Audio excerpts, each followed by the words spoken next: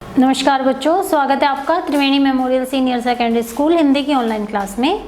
आज मैं आपको करवाने जा रही हूँ आपकी पाठ्य पुस्तक वसंत भाग 1 से कक्षा 6 के लिए पाठ 12, जिसका नाम क्या है, संसार पुस्तक है। देखिए, इस नाम में ही जो है ये पूरी कहानी जो है, ये पूरा पाठ समाया हुआ है कि जो हमारा ये संसार है, जो ये हमारी दुनिया है, ये क्या है, एक पुस्तक है। जैसे पुस्तक पढ़ के हमें ज्ञान प्राप्त होता है, वैसे ही जब हम संसार में अलग अलग तरह की वस्तुएं देखते हैं, अलग अलग तरह के पहाड़, पेड़ पौधे, जानवर, अलग अलग तरह की चीज़ें देखते हैं, तो उससे भी हमें अलग अलग तरह की जानकारी प्राप्त होती है। तो इसलिए इस पाठ का जो नाम रखा गया है वो है संसार पुस्तक है। इस पाठ में पंडित जवाहरलाल नेहरू ने अपनी पुत्री इंदिरा गांधी को लिखे हुए पत्रों का वर्णन है। ठीक है, तो ये पूरा पाठ जो है पंडित जवाहरलाल नेहरू द्वारा अपनी पुत्री को लिखे गए पत्रों के वर्णन के स्वरूप में ही ये जो पाठ है आपका बनाया हुआ है कि संसार एक पुस्तक है। देखिए, जब तुम मेरे साथ रहती हो तो अक्सर मुझसे बहुत सारी बातें पूछा करती हो और मैं उनका जवाब देने की पूरी कोशिश करता हूँ। ठीक है, ये बात पंडित जवाहरलाल नेहरू कह रहे हैं। एक और बात की जो है, पंडित जवाहरलाल नेहरू ने अपनी पुत्री इंदिरा गांधी को जो पत्र लिखे थे वो उन्होंने लिखे थे अंग्रेजी भाषा में, लेकिन इनका जो हिंदी अनुवाद किया था वो किया था मुंशी प्रेमचंद जी ने। तो आगे वो कह रहे हैं कि पंडित जवाहरलाल नेहरू जो थे, इंदिरा गांधी के हर प्रश्न का उत्तर देने की पूरी कोशिश करते थे। हमें भी ऐसा ही चाहिए कि जब हमसे बच्चे प्रश्न पूछते हैं तो हमें कोशिश करनी चाहिए कि हम उनके प्रश्नों के उत्तर दें, ताकि उनकी जो जिज्ञासा है वहीं पर समाप्त हो। अगर हम उनके प्रश्नों के उत्तर नहीं देते हैं तो उनकी जिज्ञासा जो है वो बढ़ती रहती है, उन्हें पता ही नहीं चल पाता है अपने प्रश्नों के उत्तर का। लेकिन अब जब तुम मसूरी में हो और मैं इलाहाबाद में हूँ तो मैं तुमसे आमने सामने तो बात कर नहीं सकता हूँ, इसलिए मैंने इरादा किया है कि कभी कभी तुम्हें दुनिया की ओर से और जो छोटे बड़े देशों की जो इस दुनिया में है छोटी बड़ी कथाएं, मतलब दुनिया की पूरी दुनिया जो है, इसके छोटे छोटे बड़े बड़े इतने देश हैं इस दुनिया में, उन सब की जो कथाएँ हैं, पहाड़, पौधे, पेड़, जानवर, ठीक है, समुद्र, नदियाँ, झरने, इन सब की जो छोटी छोटी कथाएं हैं, मैं उनके बारे में तुम्हें पत्र लिखा करूँगा। आगे वो कह रहे हैं कि इंग्लैंड का कुछ हाल इतिहास में तुमने पढ़ा ही है, लेकिन इंग्लैंड केवल एक छोटा सा टापू है और हिंदुस्तान जो है वो एक बहुत बड़ा देश है, फिर भी दुनिया का एक छोटा सा हिस्सा है। देखिए, इतनी बड़ी दुनिया है, हिंदुस्तान इतना बड़ा देश है, लेकिन फिर भी वो इस दुनिया का सिर्फ और सिर्फ एक छोटा सा हिस्सा है। अगर तुम्हें इस दुनिया का और हाल जानने का शौक है तो तुम्हें सब देशों की, सब जातियों की, ठीक है, के बारे में तुम्हें गौर से पढ़ना होगा। पढ़ना नहीं तो उनके बारे में तुम्हें जानने की कोशिश करनी होगी, जिससे तुम्हारा ज्ञान बढ़ेगा। मुझे मालूम है कि इन छोटे छोटे खतों में बहुत थोड़ी सी बातें ही मैं तुम्हें बता सकता हूँ, इसलिए मैं तुम्हें कह रहा हूँ कि अगर तुम्हें इस दुनिया के बारे में जानना है, ज़्यादा से ज़्यादा तुम्हें ज्ञान प्राप्त करना है, तो तुम्हें संसार को अपने अनुभव के द्वारा तुम्हें सीखना पड़ेगा। देखिए, थोड़ी सी बातों को भी तुम शौक से पढ़ोगी कि दुनिया एक है और दूसरे इसमें आबाद हैं, मतलब आबादी बहुत है, सभी जो क्या है, सभी आपस में भाई बहन हैं। जब तुम बड़ी हो जाओगी तो तुम इस दुनिया को और उसके आदमियों का हाल मोटी मोटी किताबों में पढ़ोगी। देखिए, हम जितना भी ज्ञान प्राप्त करते हैं ज़्यादातर क्या होता है कि हम पुस्तकों से पढ़ते हैं, लेकिन आपने भी ये अनुभव किया होगा कि जब हम कोई चीज़ स्वयं कुछ करके सीखते हैं तो उसका जो अनुभव होता है, उसका जो ज्ञान हमें प्राप्त होता है वो स्थायी होता है। स्थायी मतलब वो हमेशा हमारे दिमाग में रहता है। यह तो तुम जानती हो कि यह धरती लाखों करोड़ों वर्ष पुरानी है और बहुत दिनों तक इसमें कोई आदमी नहीं थे। आदमियों के पहले सिर्फ जानवर थे और जानवरों से पहले ऐसा एक समय था जब इस धरती पर कोई जानदार चीज़ थी ही नहीं, मतलब ऐसी कोई भी चीज़ इस धरती पर नहीं थी सबसे पहले जिसमें जान हो, जिसमें जीवन हो, जिसकी सांसें हो। ठीक है, आज जब ये दुनिया हर तरह के जानवरों और आदमियों से भरी हुई है तो उस जमाने का ख्याल करना भी मुश्किल है, मतलब उस समय के बारे में सोचना भी मुश्किल है जब कोई जानदार वस्तु इस धरती पर नहीं थी। लेकिन विज्ञान जानने वाले और विद्वानों ने, जिन्होंने इस विषय को खूब सोचा है, पढ़ा है, कि एक ऐसा भी समय था जब धरती बहुत गर्म थी और इस पर कोई जानदार चीजें नहीं थी। तो अगर हम उनकी किताबें पढ़ें और पहाड़ों, जानवरों को देखें तो हमें खुद मालूम होगा कि ऐसा समय जरूर रहा होगा। किताबों से तो हमें पता चलता ही है कि ऐसा समय अवश्य रहा होगा जब धरती इतनी ज़्यादा गर्म थी कि उस पर कोई जानदार वस्तु नहीं थी। लेकिन अगर आज भी हम पहाड़ों, झरनों, नदियों को देखते हैं तो आज भी हमें उससे पता चल जाता है कि ऐसा समय अवश्य रहा होगा। कि उस जमाने की बातें कैसे मालूम हो, यह तो नहीं हो सकता कि हम बैठे बैठे ही जो भी हमारे दिमाग में सोचते हैं वही हो जाए। तो यह बड़े मज़े की बात होती है, क्योंकि जब हम जो चीज़ चाहते हैं, सोच लेते हैं, जैसे सुंदर परियों की कहानी होती है, हम अपने दिमाग में जो है एक सोच को गढ़ लेते हैं। लेकिन जो कहानी किसी बात को देखे बिना गढ़ ली जाए वह ठीक कैसे हो सकती है। मतलब कहने का तात्पर्य यह है कि हमें जो है किताबें तो पढ़नी चाहिए, उनसे ज्ञान प्राप्त करना चाहिए, लेकिन साथ ही साथ वस्तुओं को अपने अनुभव के द्वारा भी जानना और परखना चाहिए। लेकिन खुशी की बात है कि उस पुराने ज़माने की लिखी हुई किताबें न होने पर भी कुछ ऐसी चीज़ें हैं जिनसे हमें उनकी बातें मालूम होती। देखिए, जब शुरू में जब आदमी ही नहीं थे तो आप ये समझ सकते हो ना कि उस समय अगर आदमी नहीं थे तो फिर किताबें किसने लिखी होंगी? नहीं ना। तो बहुत सी ऐसी वस्तुएं होती हैं जिनके द्वारा जो है हम बिना किताबें पढ़े भी उनके बारे में हम ज्ञान प्राप्त कर सकते हैं। देखिए, जैसे नदियाँ, जंगल, जानवरों की पुरानी हड्डियाँ, इस तरह की इतनी चीज़ें हैं जिनसे हमें पता चल जाता है कि पुराने समय में ये दुनिया कैसी थी। केवल हम दूसरों की लिखी हुई किताबें पढ़ लें और इस संसार को कुछ भी अपने अनुभव के रूप में इसमें से कुछ भी ना सीखें तो वो भी जो है एक खोखला ज्ञान होता है। पत्थरों, पहाड़ों को पढ़कर भी जो है हम उनका ज्ञान जान सकते हैं, उनके बारे में बहुत सी चीज़ें समझ सकते हैं। देखिए, एक छोटा सा रोड़ा जिसे सड़क पर या पहाड़ के नीचे पड़ा हुआ हम देखते हैं कि शायद संसार की पुस्तक का एक छोटा सा पृष्ठ हो। मतलब यहाँ पर देखिए लेखक ने क्या कहा है कि एक छोटा सा रोड़ा जो है वो इस संसार नामक पुस्तक में एक पृष्ठ का काम कर रहा है, मतलब एक वो पेज है। ठीक है, तो हम उसको पढ़ते हैं,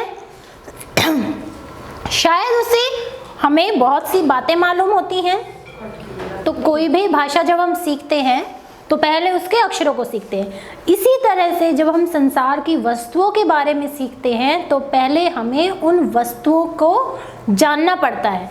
जैसे पूरे बड़े पहाड़ को जानने से पहले यदि हम एक रोड़े को जाने कि वो कैसे जो है एक इतना नुकीला था और कैसे जो है वो इतने सालों के बाद गोल और चमकीला हो जाता है। देखिए, उसके खुरदरे किनारे या कोने पहले ऐसे थे। रोड़ा जो है जब पहाड़, देखिए जब पहाड़ से, चट्टान से कोई भी टुकड़ा गिरता है, ठीक है, वो तिकोना होता है, नुकीला होता है, उसके किनारे जो होते हैं बहुत ही तेज धार वाले बन जाते हैं। लेकिन फिर वही रोड़ा जो है धीरे धीरे नीचे आता है, लुढ़कता लुढ़कता नदियों में जाता है, समुद्र में जाता है। ठीक है, फिर वहाँ से भी वो लुढ़कता लुढ़कता जो है आगे झरनों के द्वारा और नीचे गिर जाता है। तो इस तरह से जो है वो रोड़ा जो है ऐसे लुढ़कता लुढ़कता जब जाता है तो बाकी वस्तुओं से वो टकराता हुआ, घिसता हुआ वो गोल बन जाता है। ठीक है, तो इस तरह से जो है हम ये जान सकते हैं, बिना किताबों के भी हम जान सकते हैं कि कैसे जो है एक रोड़ा इतना तिकोना या इतना नुकीला कैसे पहले था और बाद में वो जो है लुढ़कता हुआ कैसे गोल और चिकना बन जाता है। ठीक उसी टुकड़े की तरह उसमें किनारे थे, कोने थे, जिसे तुम बड़ी चट्टान से तोड़ते हो। शायद वह किसी पहाड़ के दामन में पड़ा रहता था। मतलब जो छोटा सा रोड़ा था पहले वो पहाड़ के दामन, मतलब पहाड़ के नीचे पड़ा रहता था। फिर पानी आता है, उसे बहाकर छोटी घाटी तक ले जाता है, फिर वहाँ से वो पहाड़ी नाले में चला जाता है, जहाँ से वो एक छोटे से दरिया में अर्थात नदी में पहुँच जाता है।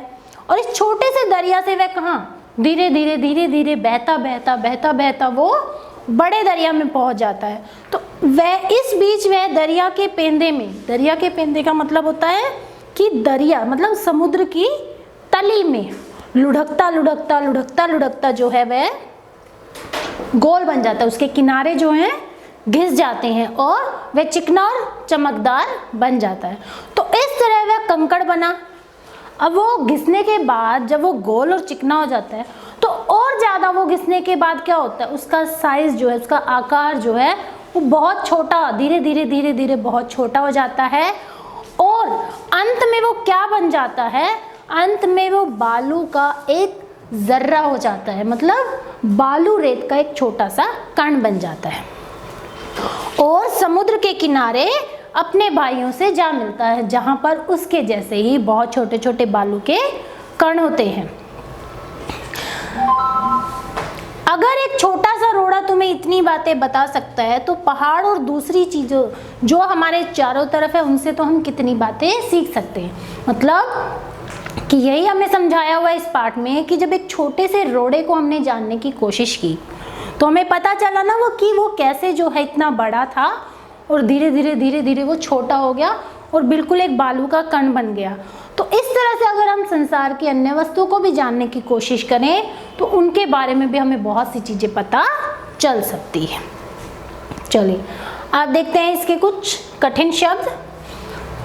जवाब, उत्तर, पैदा होना, जन्म लेना, अक्सर, ज़्यादातर, खुदरा, जिसकी सतह चिकनी ना हो, इरादा, विचार, रोड़ा, पत्थर का टुकड़ा, टापू, द्वीप, हिस्सा, भाग, पुस्तक, किताब, आशा, उम्मीद, दरिया, नदी, शौक, दिलचस्पी या रुचि, किसी चीज़ का चाव होना, शौक होना, संसार, दुनिया, वजह, कारण और बालू, रेत। चलिए अब करते हैं इसके प्रश्नोत्तर। पहला प्रश्न है कि लेखक ने प्रकृति के अक्षर किन्हें कहा है। तो लेखक ने प्रकृति के अक्षर चट्टानों के टुकड़ों, वृक्षों, पहाड़ों, नदियों, समुद्र, जानवरों की हड्डियों को कहा। देखिए हिंदी के अक्षर अलग होते हैं, अंग्रेजी के अक्षर अलग होते हैं, वैसे ही जो ये पूरी प्रकृति है इसके अक्षर क्या है, यही चट्टान के टुकड़े, वृक्ष, जानवर, पेड़, पौधे। अगला है लाखों करोड़ों वर्ष पहले हमारी धरती कैसी थी। तो लाखों करोड़ों वर्ष पहले हमारी धरती बहुत गर्म थी, उस पर कोई भी जानदार चीज नहीं रह सकती थी। इसी कारण उस समय धरती पर मनुष्यों का अस्तित्व नहीं था, मतलब मनुष्य नहीं थे।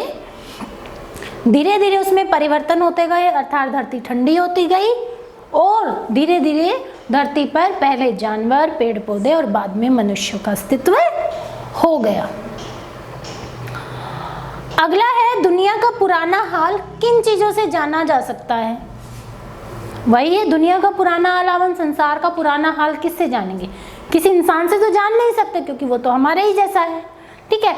तो वही जानेंगे ना कि दुनिया में जो ये चीजें हैं, इतने बड़े बड़े समुद्र हैं, इतने ऊंचे ऊंचे पहाड़ हैं, झरने, नदियां हैं, पेड़ पौधे हैं, जानवर हैं, तो वही सारी चीजें हैं और उन्हीं से हम जो है दुनिया का पुराना हाल जान सकते हैं।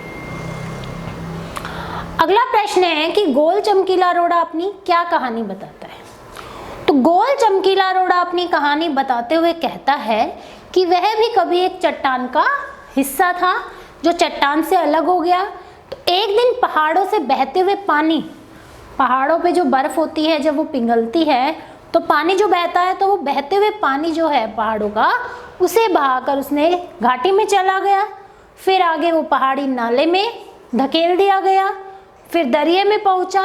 तो इस प्रकार वह अपनी यात्रा के दौरान अनेक वस्तुओं से घिसते घिसते लुढ़कते लुढ़कते वह गोल और चमकीला हो गया। गोल चमकीले रोड़े को यदि दरिया और आगे ले जाता तो क्या होता। देखिए गोल चमकीले रोड़े को दरिया अगर और आज आगे ले जाता, अब वो गोल और चमकीला तो बन गया, लेकिन अगर पानी उसे और आगे बहा ले जाता तो क्या होता, तो बालू का एक जर्रा हो जाता, मतलब रेत का एक घिसते घिसते वह रेत का एक छोटा सा कण बन जाता और समुद्र के किनारे अपने भाइयों से जहां जाकर मिल जाता, जहां पर एक सुंदर बालू का किनारा बन जाता और जिस पर छोटे छोटे बच्चे अपना अपना घर बनाकर खेलते। अंतिम प्रश्न है कि नेहरू जी ने इस बात का हल्का सा संकेत दिया है कि दुनिया कैसे शुरू हुई होगी।